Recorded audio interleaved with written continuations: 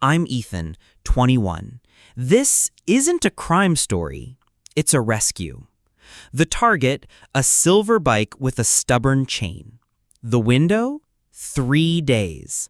The complication, the person who signed it away shares my last name. I didn't need a getaway car, just enough cash to outrun a rule we lived by. Everything we loved went to the pawn shop until Friday. Most things came back. This one had to. The shop sat between the bus depot and a bakery that glazed cakes in the front window. If you stood in the crosswind, you got our whole neighborhood in one breath, sugar and collateral. The bell on the pawn door was blunt as a knuckle. Inside, glass cases turned random life into displays.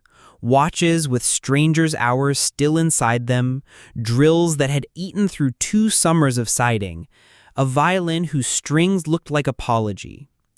People walked in with the trying hard faces of those who planned to be brief. No one planned to become a regular. I was 12, planning wasn't our luxury. The shop knew our names. In our apartment, the rule sounded like mercy. Until Friday was how my mother turned debt into patience. The blender could disappear Tuesday and reappear Saturday like a well-behaved dog. The winter coats, even in July.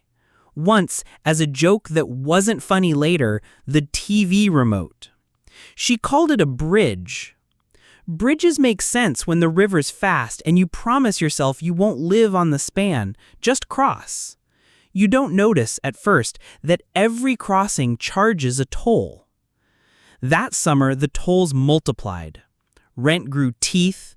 Mom's hours shrank to the kind that make time feel personal. Her boyfriend left to give us space, which turned out to be the space on someone else's couch. The mail learned to arrive with color coding, white, then pale pink, then red through a plastic window like an alarm you could hold in your hand. Mom described us as fine and clever and due for some luck.